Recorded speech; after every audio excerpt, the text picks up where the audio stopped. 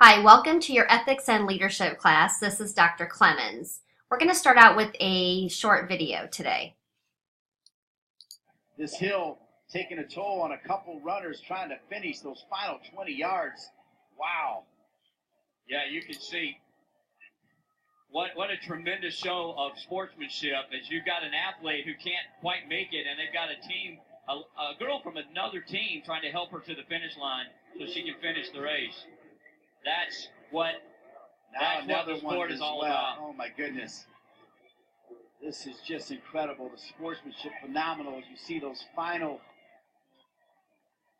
yards there.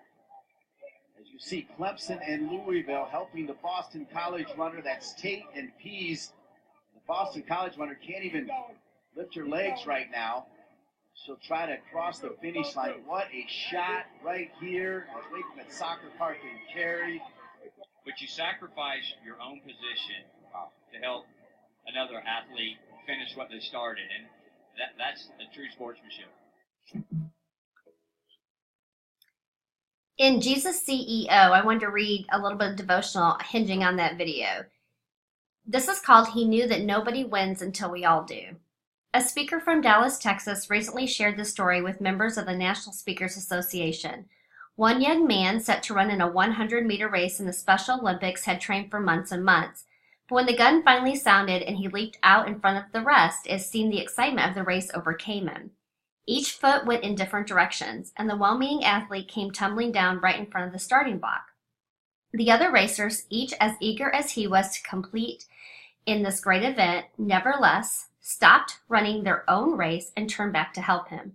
The crowd came to their feet as his competitors lovingly lifted him up and then walked arm in arm across the finish line together. These runners in the Special Olympics made me think of Jesus and his set of rules. I thought about him choosing to tell the story about the shepherd who cannot rest as long as even one sheep is still missing, despite the 99 of them which aren't. About a father who is waiting on the road, watching for his lost son to come home, even though he has one son who is serving him ably and well. About a king holding a banquet who will not start serving dinner until every place is filled at the great table. And I wonder what this world would be like if we played by that rule, that nobody wins until we all do. Then the people who cross the finish line first would be motivated to turn back to help the other, less able ones across. I recently read that authorities found the arsonist who destroyed the barn of an Amish farmer. It was actually an Amish youth intent upon rebellion who had lit it ablaze. When the press asked the farmer what punishment he thought the boy deserved, the man shook his head and with tears in his eyes said, "It is we who have failed him somehow. I say, come home, son, and let's talk." All their successful crops meant nothing if somehow the system had failed the youth. Associated Press recently carried this story.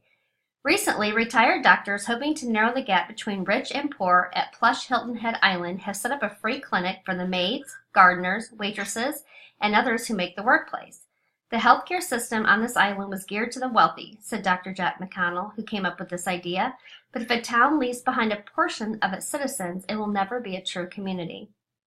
Dan Chegacy, a friend who sold a successful consulting practice in Washington, D.C. to use his talents in heading an international relief effort called Project Concern, understands this concept. Lori DeForty, the young San Diego artist who won $11,000 worth of billboard space in a contest and then used it to spotlight other aspiring artists, understands this concept. The women in Boston who find time out of their busy careers to individually mentor unwed mothers understands this concept. Mother Teresa and aides, volunteers, and the hosts of saints and angels among us understand this concept. Nobody wins until we all do. So the question today is, how many of your activities are predicted at getting ahead? In this question, I'd like you to think about how and when have you turned back to help someone else cross the finish line? I want you to take a second to think about that. Is there a particular time in your workplace or maybe in your sport, in your career, that you've actually turned back to help someone else cross that finish line? Maybe you were already there, but you turned back to help someone else. I think this is an important concept to think about in terms of ethics and leadership, that we're not necessarily going to play by the world's rules. We are at a Christian university. We do have Christian morals and principles, and it's one reason I love this book so much is that it models the ethics and leaderships of Jesus Christ. And he had tremendous business sense. And I think that we would all probably be better off if we would help somebody else cross that finish line. And maybe there's somebody, even as we speak, that's coming to your mind that you need to help. And I just encourage you to take a moment and pray about that and go ahead and help that person cross the finish line. I think in the end, ultimately, that leads to the biggest success and gains in business. Okay, with that being said, I want to touch on some principles here. I want to just briefly touch on 5 suggestions for an ethical approach to leadership. All right, this is for something that you can take to your organization, to your business. Number 1, broaden an employee's evaluation criteria. And what I mean by that, oftentimes in an evaluation, you are specifically talking about that person's work or did they meet this deadline and that deadline? Did they meet the goals of the company? That type of thing.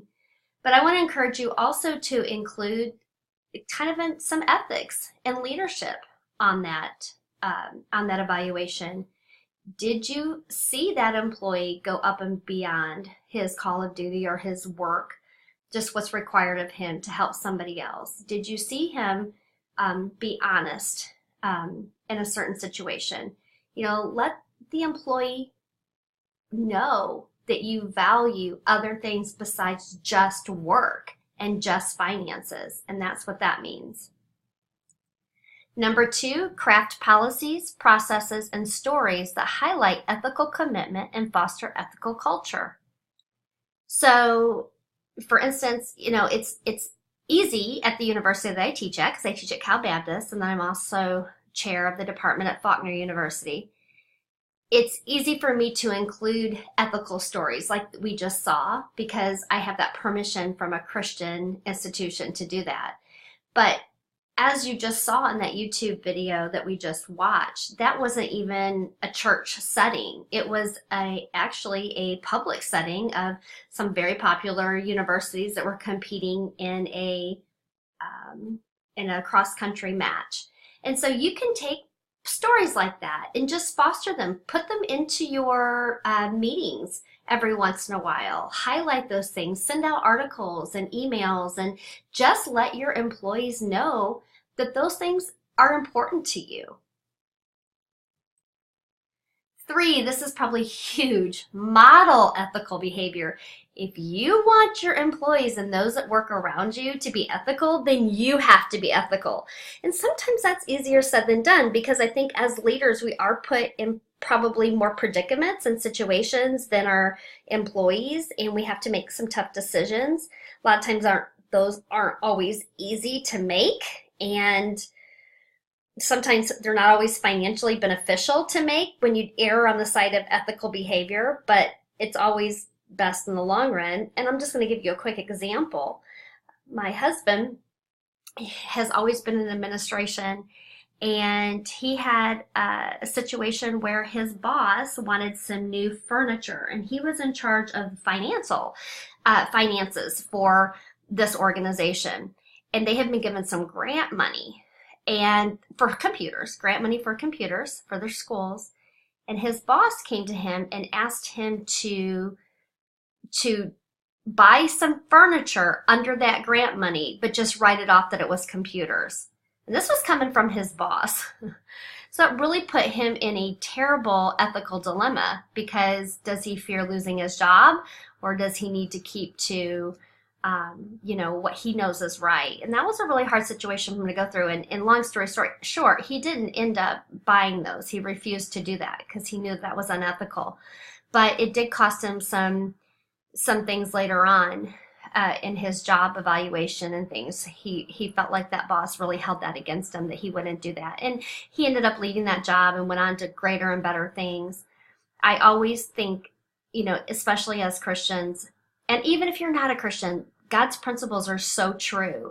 Whether you believe in it or not, they just hold true because he's the wisest obviously the wisest man who ever walked the earth, Jesus was. And so that wisdom that God gives us is going to be better for us in the long run. Even if it ends up costing maybe a job in the short term, God will reward that, and you will get he will make sure that you're rewarded for your ethical behavior. So just make sure that in a situation, don't ask your employees to do anything that you're not willing to go do yourself.